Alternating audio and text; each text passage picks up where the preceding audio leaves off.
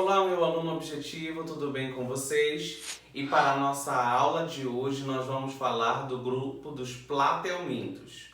Uma das principais características dos plateumintos são que eles serão vermes de corpo achatado. Nós temos os plateumintos nos mais diversos ambientes. Ambiente terrestre, ambiente aquático e Essas características, a presença desses plateumintos também abrange a biodiversidade que nós temos em relação aos próprios vermes. Nós vamos ver nas nossas aulas e conhecer também vermes de vida livre, ou seja, que não fazem mal a ninguém, e vermes do tipo parasitário, ou seja, que precisam de um dos tipos de hospedeiros para realizar o seu processo infeccioso. O primeiro desenho que nós fizemos para vocês, ele fala sobre a planária. A planária é um grande exemplo de vida livre, um animal muito tranquilo, muito até que amigável, de se tocar, de se manusear. A planária, ela vai ser um animal hermafrodita, que é uma também das grandes características da espécie. O que seria essa característica hermafrodita?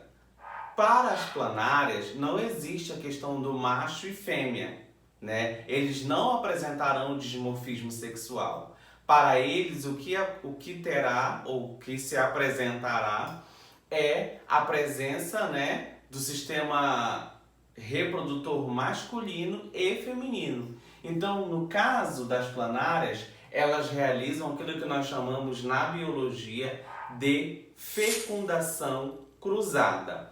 Ou seja, ambos os envolvidos, eles sairão dali gestacionados, porque a planária 1 tem o sistema reprodutor masculino e feminino e a planária 2 também. Então elas vão autofecundar os pares de planária. Com relação à respiração dos vermes do grupo plateuminto, nós vamos ter vermes aeróbios, ou seja, aqueles que respiram na presença do oxigênio e geralmente serão os de vida livre. E nós temos os anaeróbicos, como no caso da tênia ou do Schistosoma mansoni, que serão parasitas e terão os seus hospedeiros. Então eles farão a obtenção da sua respiração de forma anaeróbica, ou seja, na ausência do oxigênio. Quando nós estivermos falando de hospedeiros, por exemplo, nós temos duas classificações, que será hospedeiro intermediário e hospedeiro definitivo. O hospedeiro intermediário, o plateumento vai realizar a reprodução assexuada. Você sabe que reprodução sexuada é quando um único indivíduo realiza cópias reprodutivas de si mesmo.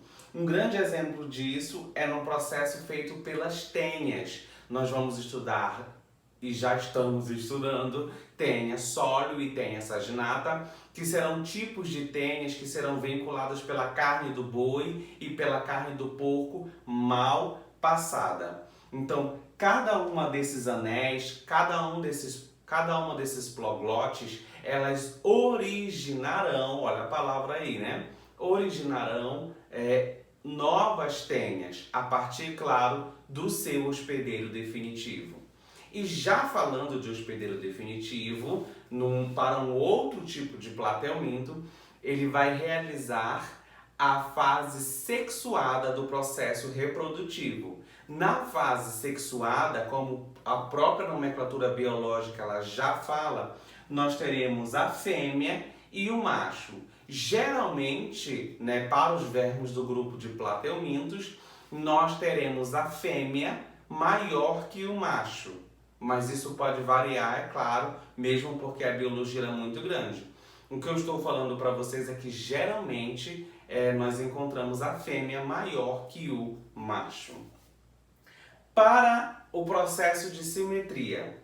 A simetria, como eu já disse em vídeos anteriores, é uma é uma das características, ou seja, é uma maneira de nós biólogos dividirmos o corpo de um tipo de animal. Que no caso da simetria dos plateumintos, eles serão de simetria bilateral, ou seja, eu consigo dividir o plateuminto em dois lados idênticos, tá bom?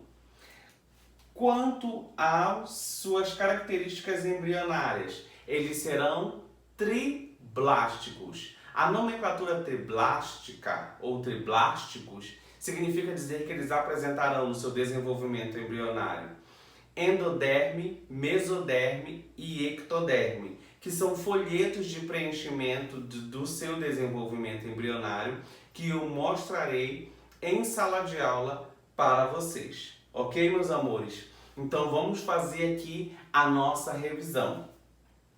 O processo de reprodução para planárias, né, do grupo dos plateumintos, da classe dos plateumintos, ela poderá ser reprodução do tipo cruzada, onde ambos os envolvidos sairão gestacionados.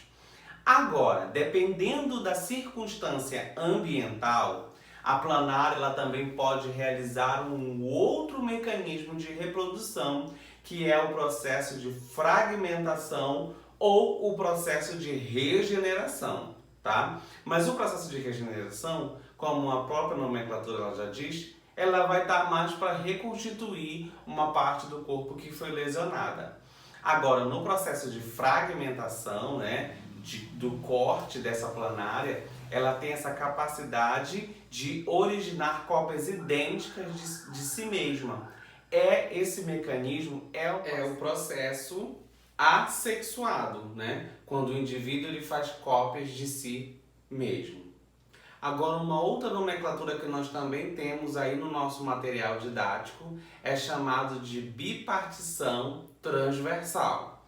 Ou seja, é quando a planária sente a necessidade, né, de dividir-se, de gerar filhos.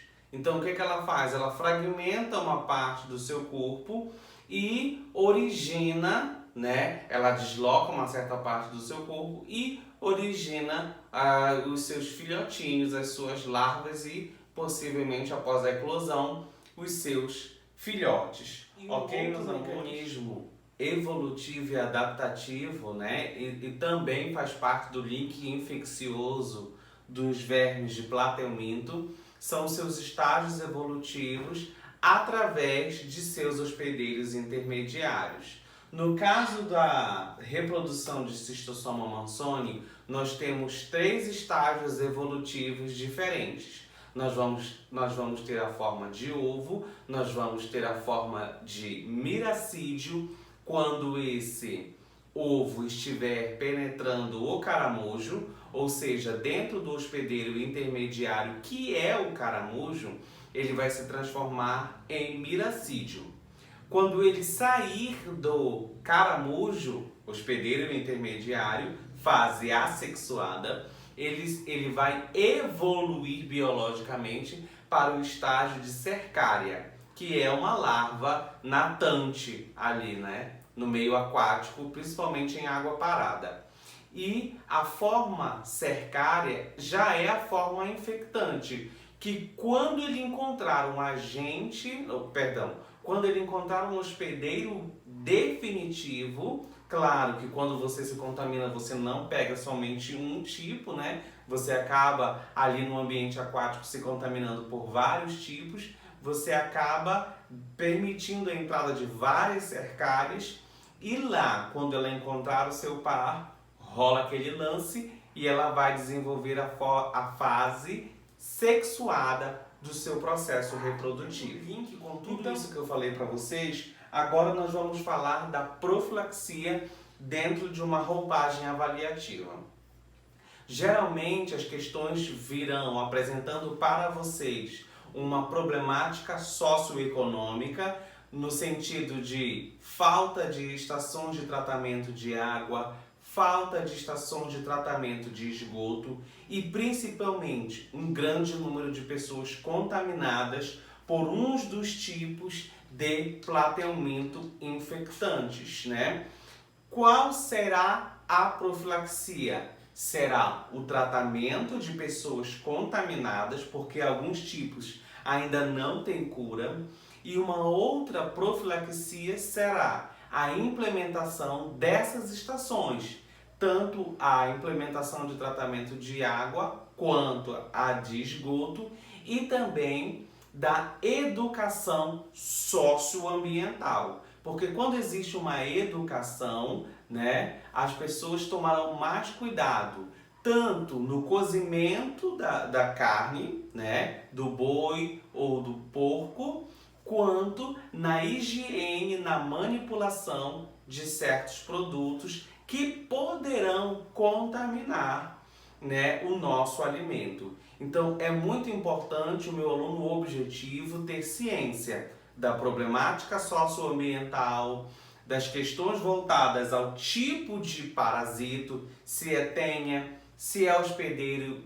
intermediário, se é um hospedeiro definitivo, porque nós vamos observar futuramente que alguns outros agentes, né, alguns outros vermes, não do grupo de plateumintos, mas de outros grupos, nós vamos ter a contaminação direta. O que é essa contaminação direta? Eu como diretamente um fruto contaminado com os cistos. Os cistos serão os ovos, que é a forma resistente no meio ambiente, mas isso vai ficar para a próxima aula. Então nós não podemos esquecer dessa didática de entender a problemática e de ter ciência dos mecanismos de mitigação, né? Mitigação é diminuir o nível de contaminação ambiental e social das pessoas que vivem dentro de certas comunidades. Todas essas são são características profiláticas, ou seja, são medidas de tratamento para uma sociedade. Ok, meus alunos? E agora vamos para a nossa aula virtual.